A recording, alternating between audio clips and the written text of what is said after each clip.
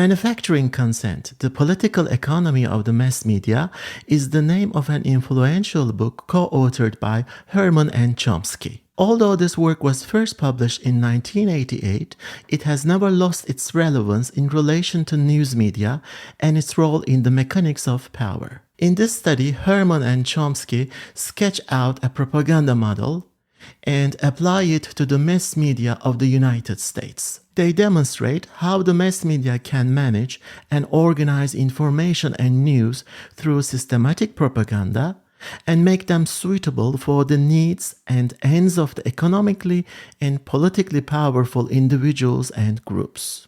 According to Herman and Chomsky, the mass media serve as a system for communicating messages and symbols to people. They entertain and inform people. However, through systematic propaganda, the mass media also indoctrinate people with values, beliefs, and codes of behavior, and all these get integrated into the structures of a larger society. Chomsky and Herman say that in repressive or totalitarian regimes, power is concentrated in the hands of a state bureaucracy. A monopolistic control exists over the media. There is official censorship and propaganda is obvious. Therefore, it's not surprising that through propaganda, the media serves the needs of a dominant elite in repressive states. However, what Chomsky and Herman draws our attention to is that the same things happen in modern pluralist Western capitalist democracies as well. In these democracies, the mass media are private, formal censorship is absent, and there are periodic attacks and criticisms of the governments and the corporate world. Yet, a propaganda system is at work in these modern countries too. The mass media provide people with distorted versions of news and information, favoring the needs of the elite groups that are politically and economically powerful. How is this possible? How does systematic propaganda work in the mainstream news media? How does it help the powerful and suppress the voices of others in Western democracies? In their propaganda model, Herman and Chomsky outline 5 news filters. Through these filters, the mass media manage and organize information and news and make them suitable for the needs of the economically and politically powerful. The first filter has something to do with mass media ownership.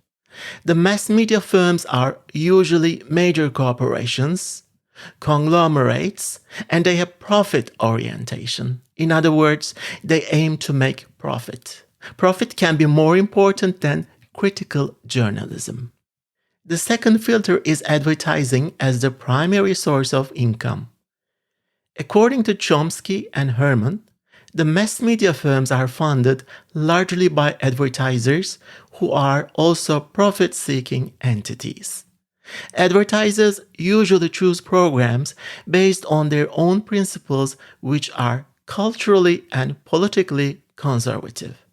They avoid programs with serious complexities and disturbing controversies that interfere with the buying mood. The third filter involves the mass media's reliance on information. They need a steady, reliable flow of the raw material of news every day. It's very costly to send reporters everywhere. Therefore, they become dependent on the information and news supplied by governments, businesses, and experts. For example, the White House, the Pentagon, the State Department in Washington, D.C. become central news sources. The experts who provide information are funded and approved by these primary sources.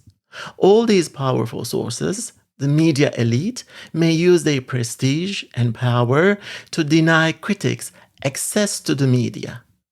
And they influence the news narrative. They become the agenda setter.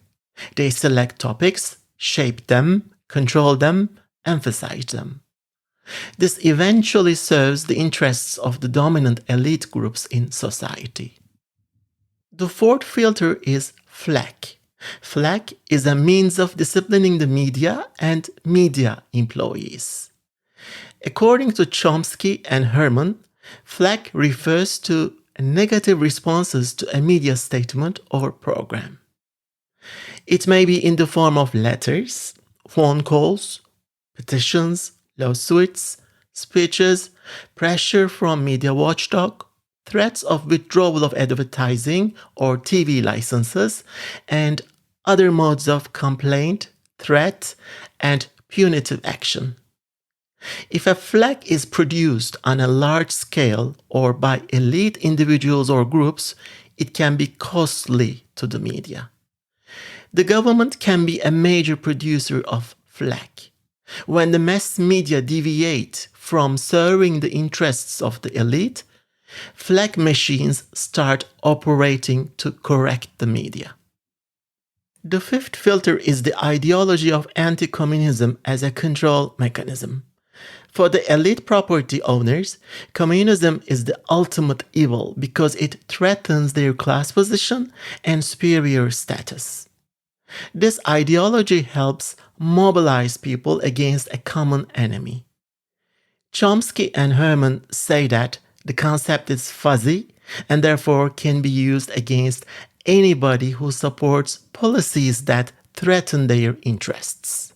The 5 news filters in Chomsky and Herman's propaganda approach to media demonstrates how the hegemony or domination is achieved by the powerful. These filters exert power over the flow of information. In other words, the mass media filter out the news fit to print, marginalize dissent, and allow the government and dominant private interests to get their messages across to the public while suppressing the voice of the other groups who are not economically and politically powerful.